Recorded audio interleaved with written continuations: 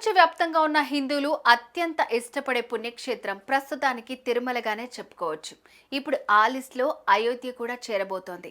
అచ్చం తిరుమల వెంకన్న మూల విరాట్ను దర్శనం చేసుకుంటే మనసుకు ఎంత హాయిగా ఉంటుందో, ఎంత ఆధ్యాత్మిక సంతృప్తి కలుగుతుందో అంతే సంతృప్తి అయోధ్య బాలరామయ్య దర్శనం కూడా ఇస్తోంది అంటున్నారు ఆ స్వామివారిని దర్శించుకున్న భక్తులు. సో మీరు కూడా అయోధ్య రాముణ్ణి దర్శించుకోవాలనుకుంటున్నారు కదా? అందుకే దర్శనానికి సంబంధించిన ఈ వివరాలు తెలుసుకోండి.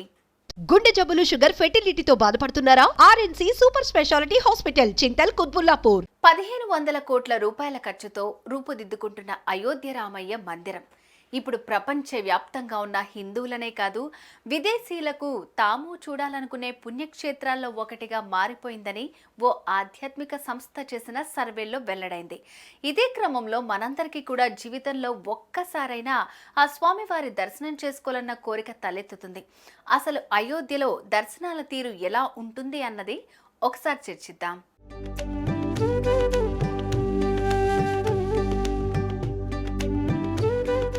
రామమందిర దర్శనానికి వచ్చే భక్తులకు సాధారణ ప్రవేశానికి ఎలాంటి టిక్కెట్టు లేదు.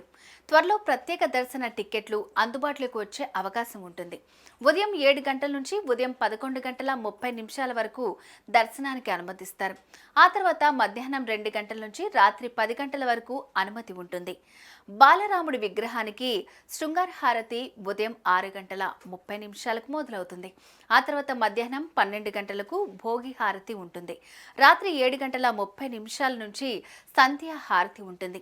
ఈ హారతులు చూసేందుకు భక్తులకు అవకాశం ఉంటుంది. 4 ఆలయ ప్రవేశానికి ముందుగా ఆన్లైన్ ద్వారా టికెట్ పొందాల్సి ఉంటుంది. హారతి దర్శనాల కోసం ప్రత్యేకంగా పాసులు ఆన్లైన్లోనే తీసుకోవాల్సి ఉంటుంది. online.srjbtkshetra.org వెబ్సైట్ ద్వారా దర్శన టికెట్లను బుకింగ్ చేసుకోవచ్చు. ప్రస్తుతానికి ఆన్లైన్ బుకింగ్ ఇంకా ప్రారంభం కాలేదు. దాన్ని వీలైనంత త్వరగా అందుబాటులోకి తేవాలని ఆలయ యాజమాన్యం కృషి చేస్తోంది. ఇప్పుడు వెళ్లిన వారికి క్యూలో నిలబడి నేరుగా దర్శనాలు చేసుకునే వీలుంది.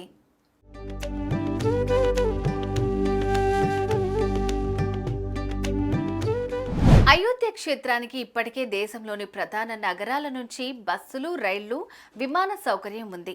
వీటన్నిటికీ తోడు అయోధ్యను తిరుమల తరహాలో పచ్చదనం పెంచేందుకు కూడా ఉత్తరప్రదేశ్ ప్రభుత్వం చర్యలకు ఉపక్రమించింది. ఇవన్నీ రూపుదిద్దుకున్న నాడు అయోధ్య కూడా మరో తిరుమల పుణ్యక్షేత్రంలా మారుతుంది అనడంలో సందేహం లేదు.